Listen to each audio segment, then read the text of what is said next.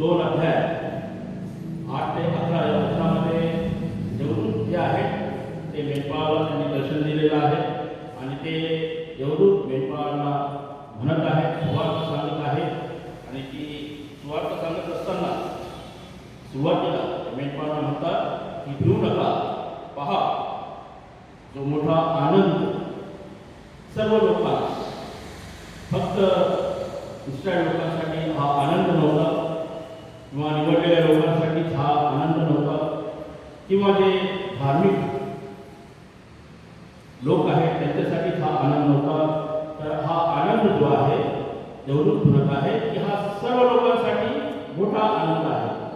आणि तो आनंद हा आहे की तुमच्यासाठी आज दाविदाच्या गावात तारणारा जन्मला आहे. तुमच्यासाठी आज दाविदाच्या गावात तारणारा जन्मला आहे आणि तो ख्रिस्त प्रभू आहे. येशूचा जन्म हा आमच्यासाठी आनंदाची बातमी अशासाठी आहे कारण की तो तारणारा आहे. तो न केवळ आम्हाला आमच्या समस्येपासून, आमच्या आजारापासून, अंधकाराच्या शक्तीपासून, परंतु सर्व गोष्टींपासून, पापापासून तो बाळ येशू तारणारा म्हणून या जगामध्ये आलेला आहे. परमेश्वर या जगामध्ये बाळ येशूच्या द्वारे आलेला आहे तारणारा म्हणून. आम्हाला तारण्यासाठी, आम्हाला दंड देण्यासाठी किंवा शासन करण्यासाठी तो आलेला नाही, तर येशूचा जन्म हा आमच्यासाठी आनंदाची बातमी याच्यासाठी आहे कारण की आम्हाला तारण्यासाठी तो आलेला आहे. आम्हाला आमच्या पापापासून उद्धार देण्यासाठी तो आलेला आहे आणि हे तारण आम्हाला ते कशा प्रकारचं प्राप्त झालेलं आहे. जर आम्ही पुस्तकास्पत्र 2 अध्याय वचन 8 मध्ये जर आम्ही वाचलं तर त्या ठिकाणी संत म्हणतो, कारण कृपेनेच विश्वासाच्या द्वारे तुमचे तारण झाले. आणि हे तुमच्या हातून झालं असं नाही, तर त्या ठिकाणी पुढे लिहिलेलं आहे हे देवाचं दान आहे. पुढे संत म्हणतो की कोणी आटेचा बाळगू नये म्हणून कर्म केल्याने झालं नाही. आमची जी काही कर्मे आहेत, आमची जी काही चांगली कार्य आहेत त्यामुळे माझं तारण झालेलं नाही, कारण की सर्वजण काय आहे, रोम 3:23 मध्ये म्हटलेलं आहे की सर्वांनी पाप केलेलं आहे. सर्वजण पापी आहेत.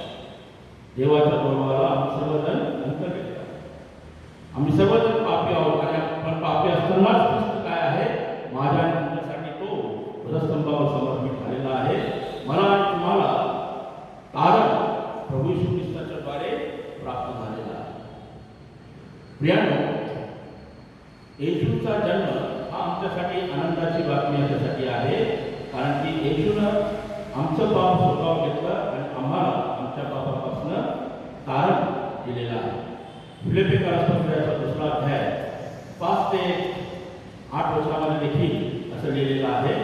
त्या ठिकाणी वचन असं सांगतं की अशी जी चित्तवृत्ती ख्रिस्त येशूच्या ठायी होती ती तुमच्याही ठायी असेल. येशू हा देवाच्या स्वरूपाचा असूनही देवाच्या बरोबरीचे असणे हा लाभ आहे असं येशूला मानलं. परंतु पुढे लिहिलेलं आहे की प्रभू येशू ख्रिस्ताने मनुष्य प्रकृतीचे होऊन स्वतःला रिक्त केलेलं आहे, दासाचं स्वरूप धारण केलेलं आहे आणि मरण, तेही वधस्तंभावरचे मरण सोसून स्वतःला लीन केलेलं आहे. येशू ख्रिस्त जो आहे तो माझ्यासाठी आणि तुमच्यासाठी दासाचं स्वरूप धारण केलं, तो माझ्यासाठी आणि तुमच्यासाठी तो लीन आणि नम्र झालेला आहे. परमेश्वराचा स्वरूप असून परमेश्वर असून सुद्धा दासाचं स्वरूप माझ्यासाठी आणि तुमच्यासाठी प्रभूनं धारण केलेलं आहे. आणि त्यामुळे येशूचा जन्म जो आहे तो माझ्यासाठी आणि सर्व जगासाठी आनंदाची बातमी आहे. प्रियांनो, खरा ख्रिस्तीय ईश्वरीय आनंद हा घेण्यामध्ये नव्हे तर देण्यामध्ये आहे. परमेश्वराने आम्हाला शिकवलेलं आहे की बाळ येशूच्या द्वारे परमेश्वराने आम्हाला आनंदित केलेलं आहे, आम्हाला दुःखी केलेलं नाही. येशूचा जन्म, ख्रिस्त जन्मदिन जेव्हा आम्ही साजरा करत आहोत, हा ख्रिस्त जन्मदिन त्याचा आनंद कशामध्ये आहे? का घेण्यामध्ये नव्हे तर तो देण्यामध्ये आहे, इतरांना आनंद देण्यामध्ये आहे. एक पोस्टमन एका गावामध्ये सर्व पत्र होती, ते पत्रांचं वाटप करण्यासाठी तो एका गावामध्ये गेला आणि शेवटचं पत्र राहिलं होतं त्या गावामध्ये देण्याचं. आणि ते गावाच्या एकदम शेवटी ते एक घर होतं, त्या ठिकाणी त्या पोस्टमनला जायचं होतं. पोस्टमन म्हणला की गावाच्या बाहेर ते घर आहे आणि खूप उशीर झालेला आहे, परंतु त्याकडे लक्ष न देता तो पोस्टमन ते पत्र घेऊन त्या घराकडे निघाला. त्या झोपडीजवळ, त्या घराजवळ आल्यानंतर पोस्टमॅनने आपली सायकल बाजूला ठेवली आणि तिथूनच त्याला आवाज दिला, पोस्टमन पोस्टमन. घरामधनं काहीच प्रतिसाद आला नाही. घरामधलं कोणीच काय म्हणाला नाही की आम्ही येतो, थोडं थांबा. पोस्टमन अजून त्याला हात मारली, पोस्टमन पोस्टमन. आणि मग पहिलेच तो पोस्टमन थकलेला होता, त्याला मनस्ताप झाला आणि तो स्वतः मग त्या दरवाजाजवळ गेला. दरवाजाजवळ गेल्यानंतर त्याने दरवाजा नॉक केला, परंतु त्याने काही प्रतिसाद नाही. आणि मग सरते शेवटी त्याने दरवाजा आतमध्ये ढकलून बघितलं की कोणी आहे का नाही. त्यानं बघितलं की एक मुलगी जी आहे, जिचा एक पाय तुटलेला आहे, ती कशी तरी उठून त्या लाकडाच्या साह्यानं ती उठून ती चालण्याचा प्रयत्न करत आहे आणि ती दाराच्या जवळ येऊन आलेली होती. तिला पाहून त्या पोस्टमनचा राग एकदम शांत झाला, तो काहीच बोलला नाही. आणि मग त्या पोस्टमनने काय केलं, जे पत्र तिला द्यायचं होतं ते पत्र दिलं आणि तो निघून गेला. त्या मुलीनं देखील पोस्टमनला आभार प्रकट केले आणि त्याला म्हटलं की तुम्ही थकलेला दिसता, पाणी वगैरे तुम्ही घ्या, चहा वगैरे घ्या. परंतु पोस्टमन म्हणाला की नाही. त्यानं बघितलं की इतकीच परिस्थिती बिकट आहे, हिला काय मी सांगू. आणि तो पोस्टमन आपल्या घरी निघून आला. जेव्हा जेव्हा पत्र येत असत त्या मुलीचे, तर पोस्टमनला खूप पहिले तर खूप वाटायचं की एवढं खूप घर आहे, गावाच्या शेवटी तिचं घर आहे, कशाला जायचं. परंतु तिचं ते आचरण, तिचा तो स्वभाव पाहून म्हणजे दोघांची मैत्री झाली, बाप लेकीसारखी त्यांची मैत्री झाली. आणि एके दिवशी पोस्टमन तिचं पत्र घेऊन तो घरी गेला. पत्र दिलं, उन्हाळ्याचे दिवस होते आणि ते पत्र देऊन तो आपल्या घरी निघाला.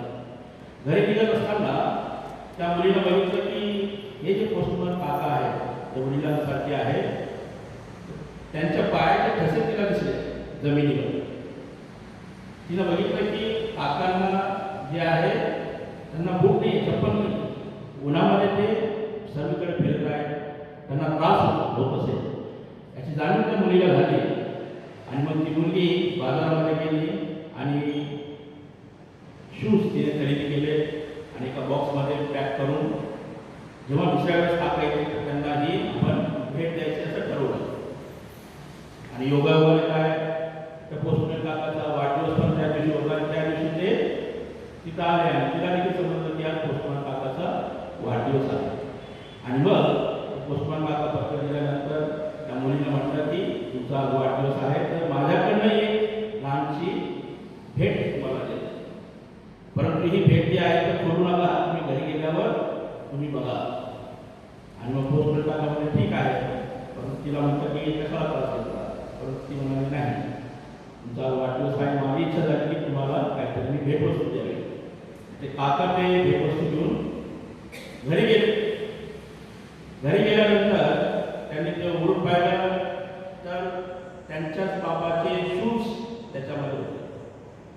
ते शूजला बघितलं आणि त्यांच्या डोळ्यातून आनंदाश्रू वाहू लागले. त्यांना खूप आनंद झाला की या मुलीला माझ्याकडे बघण्याचा जो दृष्टिकोन आहे, तो कळवळा आहे, ती दया आहे. तर तिचा तो कळवळा, प्रीती, सहकार्याची भावना खूप पोस्टमन काकाला आनंद झाला. आणि दुसऱ्या दिवशी पोस्टमन काका आपल्या ऑफिसमध्ये गेले आणि साहेबांना म्हणाले की साहेब मला PF काढायचं आहे, मला मदत हवी आहे, PF मला द्या. साहेब म्हणाले काही दिवसात झालेले PF काढले, तुझ्या मुलासाठी गाडी घेऊन दिलेली आहे, अजून त्याचे पैसे पण अजून रिकव्हरी यायची, आता तुला कसं काय. मग तो पोस्टमन काका म्हणाला की नाही तुम्हाला द्यावंच लागेल. मग साहेब म्हणाले की असं काय आपण का करू, अजून कोणाला काय दुसऱ्या वस्तू घ्यायची का. तर ते म्हणाले की नाही नाही.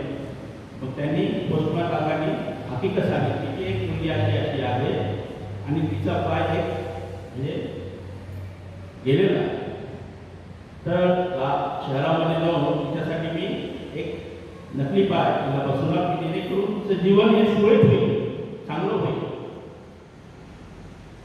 आणि हे ऐकल्यानंतर ते साहेब देखील त्यांना देखील कळवळा त्या मुलीचा दया, आणि त्यांनी देखील म्हटलं की ठीक आहे, तू जे PF काढतायस ते एका चांगल्या गोष्टीसाठी करत आहेस, दुसऱ्यांच्या जीवनामध्ये आनंद देण्यासाठी तू हे कार्य करत आहेस, त्यामुळे तुझं निस्वार्थ भावना आहे.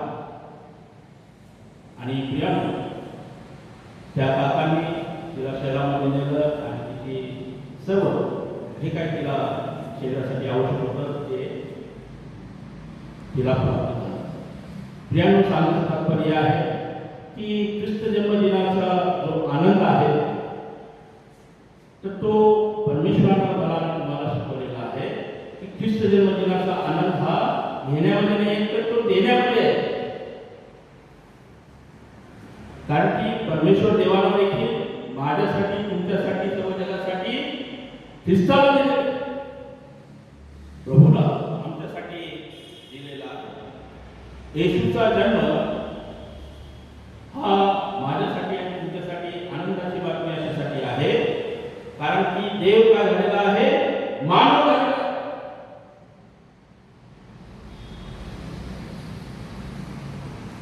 गॉड बिकेम मॅन, देव काय झाला, मनुष्य झाला.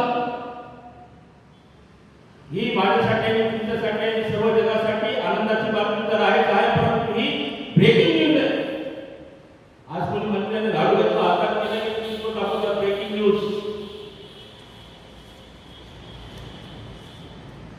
परंतु ही सर्व जगासाठी आनंदाची बातमी तर आहेच आहे, परंतु ब्रेकिंग न्यूज ही आहे की परमेश्वर जो आहे मानव झालेला आहे. येशू ख्रिस्ताचा जन्म ही आमच्यासाठी आनंदाची बातमी याच्यासाठी आहे कारण की परमेश्वर माझ्या आणि तुमच्यासाठी मानव झालेला आहे. योहानचा पहिला अध्याय पहिलं वचन आणि 14 वचन कृपया वाचा.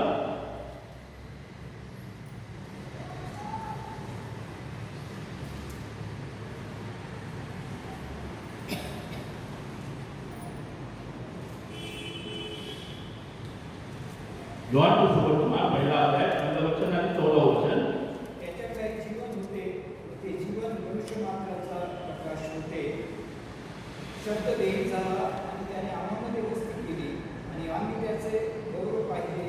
विद्यापासून आलेल्या एकुलत्या एकाचे गौरव असावे असे अनुग्रह व सत्य याने परिपूर्ण होते. शब्द देही झाला, इनव्हिजिबल टू व्हिजिबल, अदृश्य स्वरूपातून दृश्य स्वरूपात.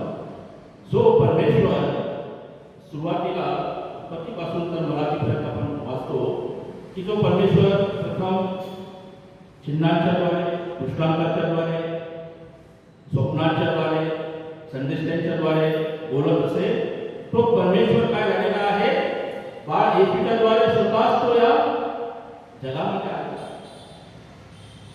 तर ही माझ्यासाठी आणि तुमच्यासाठी काय आहे, आनंदाची बातमी आहे की देव मानव झाला, देव मानव झाला. देवाला आनंद केव्हा होतो, पवित्र शास्त्रात त्याचं उत्तर आम्हाला देतं. स्तोत्र संहिता 147 अध्याय वचन 10 ते 11 यामध्ये लिहिलेलं आहे. की तो घोड्यांच्या बळाने आनंदित होत नाही. पुढे लिहिलेलं आहे की जे परमेश्वराचे भय धरतात, जे त्याच्या दयेची प्रतीक्षा करतात, त्यांच्याविषयी तो आनंदित होतो, त्यांच्याविषयी तो संतुष्ट होतो. देवाला आनंद केव्हा होतो? जे परमेश्वराचे भय धरतात, जे त्याच्या दयेची प्रतीक्षा करतात. लूक 15:7 वर्षामध्ये लिहिलेलं आहे. कृपया ते वचन वाचा.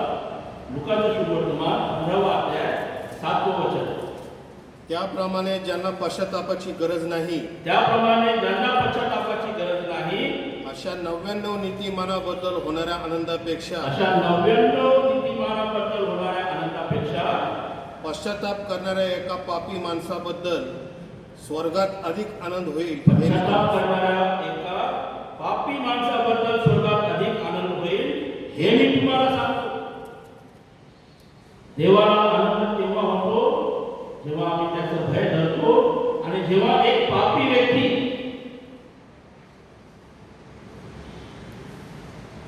अंतःकरणापासून पश्चाताप करतो, तेव्हा प्रभूला आनंद होतो. देवाला आनंद जो आहे तो कशामुळे होतो ते पवित्र शास्त्रामध्ये आपल्याला पाहायला आणि वाचायला मिळतं. आणि तीच गोष्ट जुन्या करारामध्ये देखील येशकेल संदेशाने म्हटलेलं आहे. येशकेल याचा 18वा अध्याय वचन 23 मध्ये तो म्हणतो, प्रभू परमेश्वर म्हणतो की दुष्टांच्या मरणाने प्रभूला आनंद होत नाही. जेव्हा व्यक्ती मृत्यू होतो तेव्हा प्रभूला आनंद होत नाही, परंतु जेव्हा तो व्यक्ती जिवंत असताना पापापासून मागे फिरतो तेव्हा प्रभूला आनंद होत असतो. स्तोत्रसंहिता 40:8 मध्ये दावीद राजा म्हणतो, हे माझ्या देवा, तुझ्या इच्छेप्रमाणे करण्यात मला आनंद वाटतो. तुझ्या इच्छेप्रमाणे करण्यात मला आनंद वाटतो. देवाला आनंद होतो तेव्हा देवाला क्षमा करण्यामध्ये आनंद आहे, राबवण्यामध्ये आनंद नाही आहे. मिकायाच्या 7वा अध्याय 18 वचनामध्ये आपण वाचतो की देवाला क्षमा करण्यामध्ये आनंद वाटतो, दंड देण्यामध्ये, शासन करण्यामध्ये आनंद वाटत नाही. त्यामुळे ख्रिस्तानी उदस्तंभावर असताना देखील म्हटलं की बापायांना तू क्षमा कर. परंतु आम्हा मानवाला कशामध्ये आनंद वाटतो?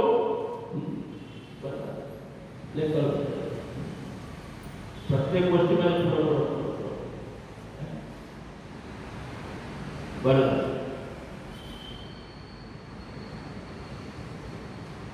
प्रियानो, देवाला आनंद होतो क्षमा करण्यात. येशूच्या बळाने तुम्हाला क्षमा केलेली आहे. मी आणि तुम्ही देखील एकमेकांना क्षमा करा. येशू ख्रिस्त म्हणतो की तुझी ती भेट देखील मी स्वीकार करणार नाही. जर तुझ्या भावाला क्षमा करणार नाही, तू जिवंत आहे, या धर्तीवर आहे, त्याला तू क्षमा करणार नाही, तर तुझी भेट तुम्हाला अर्पण केलेली आहे, त्या भेटीचा देखील मला तितका आहे की मी स्वीकार करणार नाही. येशू ख्रिस्त म्हणतो की पहिले जाऊन तू आपल्या भावाचं सबमिट कर, आणि मग ते काही तुला अर्पण करायचं ते तू अर्पण कर. देवाला क्षमा करण्यामध्ये आनंद आहे.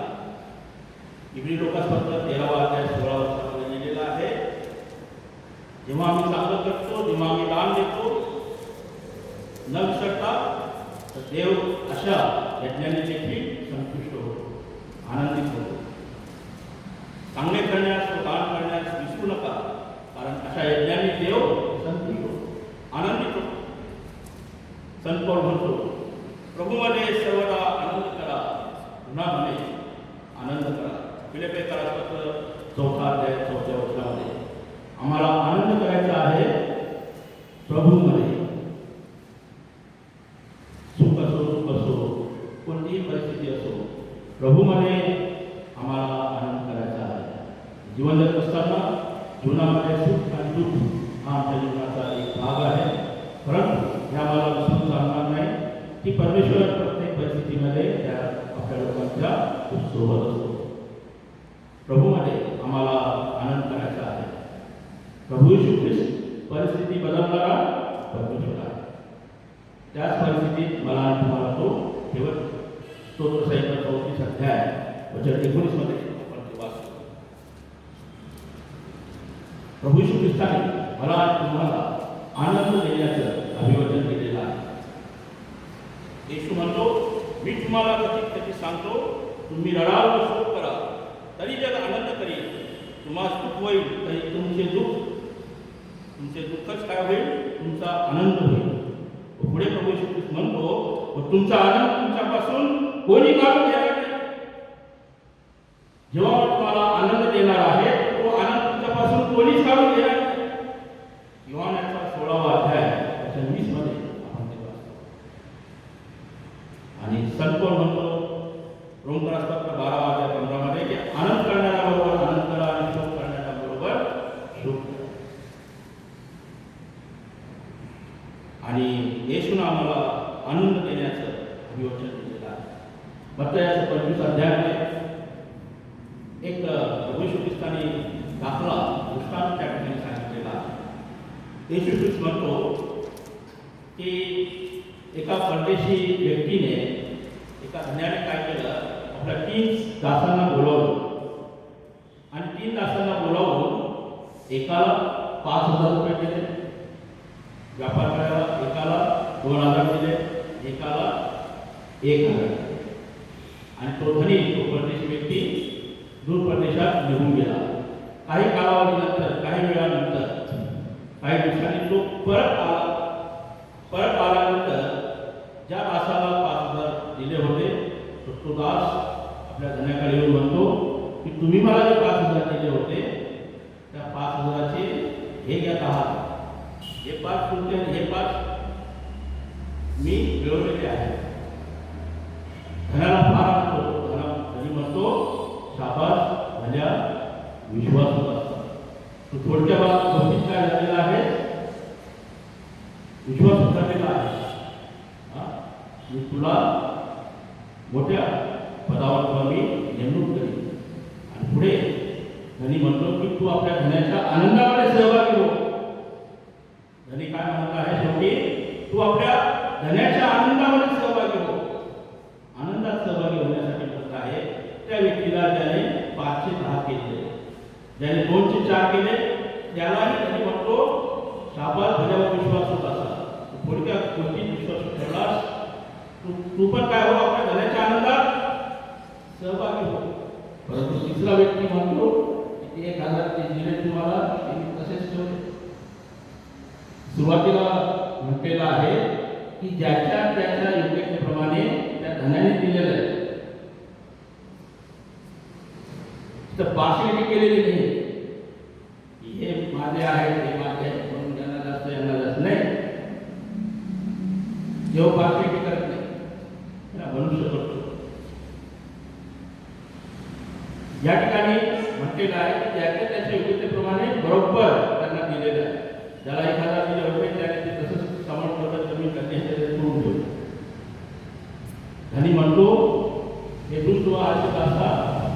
आणि पुढे म्हटलेलं आहे की आणि दासाला अंधारात टाका, कारण आम्ही त्याला म्हटलेलं नाही की तू माझ्या आपल्या धन्याच्या आनंदामध्ये सहभागी हो. प्रियांनो, सांगण्याचं तात्पर्य आहे की प्रभू येशू ख्रिस्त जो येणारा आहे, ज्याचा आगमन होणार आहे, त्याची तयारी आपण करत आहोत.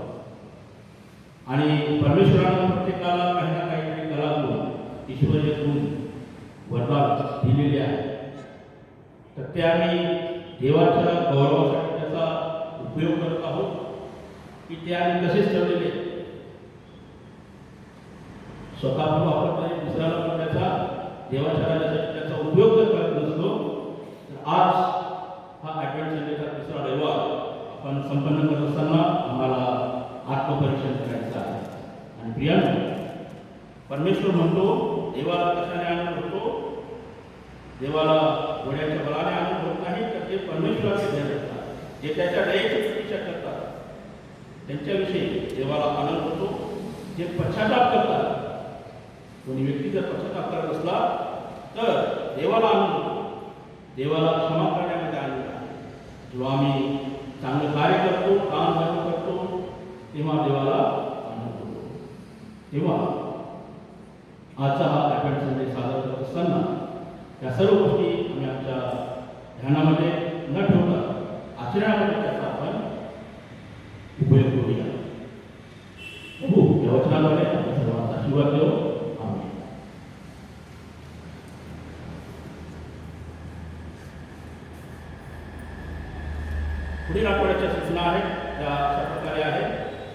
पुढील आठवड्याची रविवारची भक्ती चर्चमध्ये सकाळी 9:30 वाजता होईल. रविवारच्या भक्तीचा वेळ हा 1 तासाचा आहे. संडे स्कूल शनिवारी सायंकाळी 5:30 वाजता ऑनलाईन होईल. यामध्ये सर्व पालकांनी मुलांना सहकार्य करायचं आहे. ज्या पालकांना आपल्या मुलांचं दूरीकरण करायचं आहे त्यांनी चर्च सुटल्यावर मला नावे द्यावी.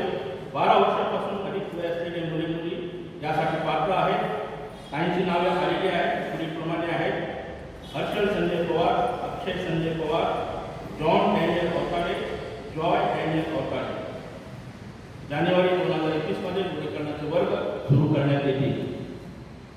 65 वर्ष पूर्ण गर्भवती महिला, आजारी व्यक्ती यांच्यासाठी रविवारची भक्ती ऑनलाईन रविवारी सायंकाळी होत राहील आणि ती व्हिडिओ लिंक जी आहे मंडळीच्या खंडीच्या व्हॉट्सअप ग्रुपवरती पाठवली जाईल.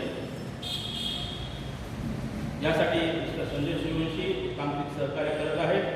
आणि तसंच ही कॅन्डलचं जे स्टँड दिसत आहे, कॅन्डलचं स्टँड देखील त्यांनी बनवलेलं आहे. कारण की त्यांनी बघितलं की कॅन्डल लावल्यानंतर ती म्हणजे पडण्याची शक्यता होती, परंतु त्याला व्यवस्थितपणा आणण्यासाठी त्यांनी ते स्टँड बनवून घेतलेलं आहे. तर त्यांचे मनापासून आभार. प्रत्येक शुक्रवारी सायंकाळी 6:30 वाजता कॉटेज फेअर मीटिंग होईल.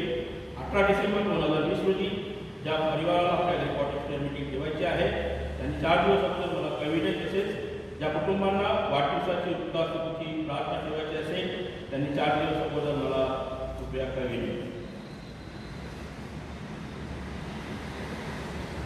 त्यावेळेस दानार्पणाचं गीत होईल. दानार्पणापूर्वीची प्रार्थना आपण करूया. हे आमच्या स्वर्गीय परमेश्वरा, आम्ही तुला धन्यवाद देतो की सवन करतो तुला खरोखरच प्रभू ख्रिस्त जन्मदिनाचा आनंद हा येण्यामध्ये नव्हे तर देण्यामध्ये आहे. दुसऱ्यांना आनंद देण्यामध्ये आहे.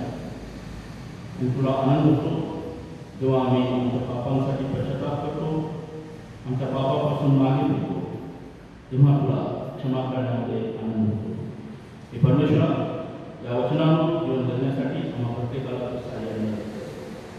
आज जी भेट आम्ही तुला अर्पण करणार आहोत, जी तू आम्हाला आशीर्वादाच्या स्वरूपात दिलेलं आहे, ते सर्व काही तुझ्यापासून आम्हाला प्राप्त झालेलं आहे. ही भेट अर्पण करत असताना आम्हाला तू सहाय्याने मदत कर आणि आम्ही ही भेट संतोषाने, आनंदाने, भाषाने तुला समर्पित करावी. यासाठी प्रभू आम्हा प्रत्येकाला तू सहाय्याने प्रार्थना येशूच्या नावाने मागतो. उपासनेतून गीत क्रमांक 78 हे गीत गात असताना आपण आपली भेट प्रभूला अर्पण करूया. मंडळी आपल्या जागेवर उभी राहतील. येता येता भेट रहे मा येता का, कृपया गीताला सुरुवात करा आणि ऑफरिंग आपण घेणार आहोत. येता येता का बेतलहेमा येता का, येता येता का बेतलहेमा येता का, दूता संगे जय जयकार गगना भरिता का, दूता संगे जय जय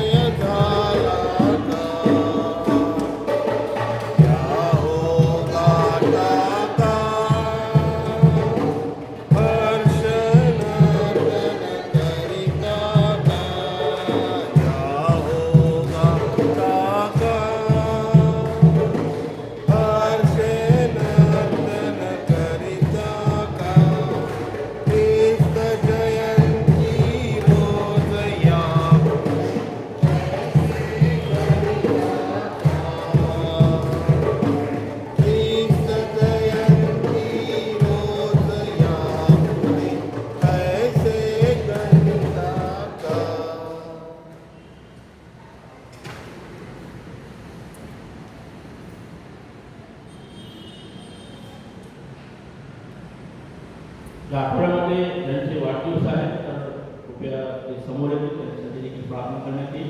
त्यांचे वाढदिवस आहेत, त्यांच्या लग्नाचे वाढदिवस आहेत, तर ते समोर येऊ शकतात.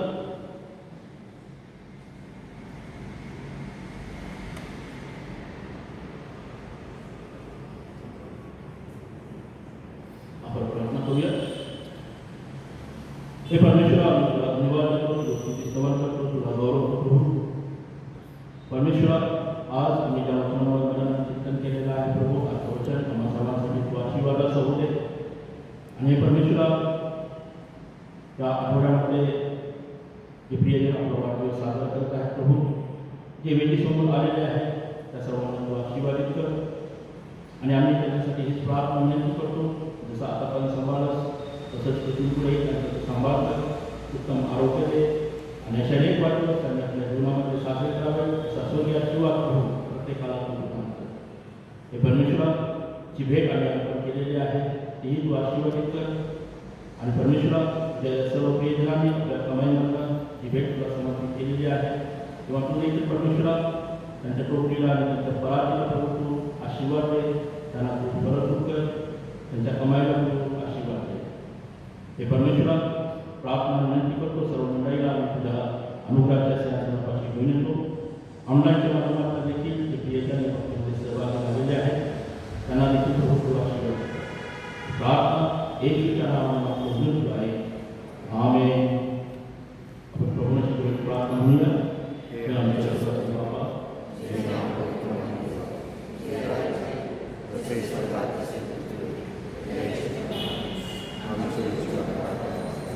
आणि कसं आम्ही आपल्या